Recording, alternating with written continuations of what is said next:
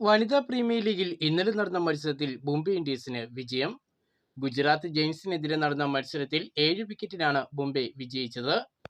ആദ്യം ബാറ്റ് ചെയ്ത ഗുജറാത്ത് 5 വിക്കറ്റ് നഷ്ടത്തിൽ 192 റൺസ് നേടിയപ്പോൾ മറുപടി ബാറ്റിംഗിനിറങ്ങിയ മുംബൈ 4 പന്തുകൾ ബാക്കി വെച്ച് വിജയ റൺ മറികടന്നു. ക്യാപ്റ്റൻ ഹർമൻപ്രീത് കൗറിന്റെ വെടിക്കെട്ട് ബാറ്റിംഗായിരുന്നു മുംബൈയെ വിജയതീരത്ത് എത്തിച്ചത്.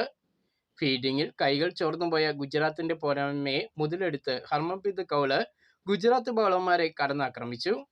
43 പന്തിൽ 2 സിക്സും 7 ഫോറും അടക്കം 71 റൺസുമായി താരം പുറത്താകാതെ നിന്നു.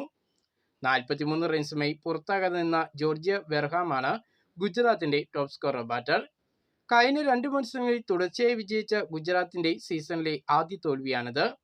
അതേസമയം മുംബൈ ഇന്ത്യൻസ് സീസണിലെ ആദ്യ മത്സരത്തിൽ പരാജയപ്പെട്ടതിനു ശേഷം തുടർച്ചയായി 2 മത്സരങ്ങൾ വിജയിച്ചിരിക്കുകയാണ്.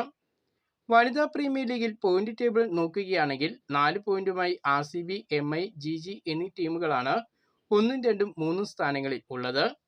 വനിതാ പ്രീമിയർ ലീഗിൽ ഇന്ന് നടക്കുന്ന മത്സരത്തിൽ രാത്രി 7:30 UP വാരിയേഴ്സ് ഡൽഹി ക്യാപിറ്റൽസിനെ നേരിടും.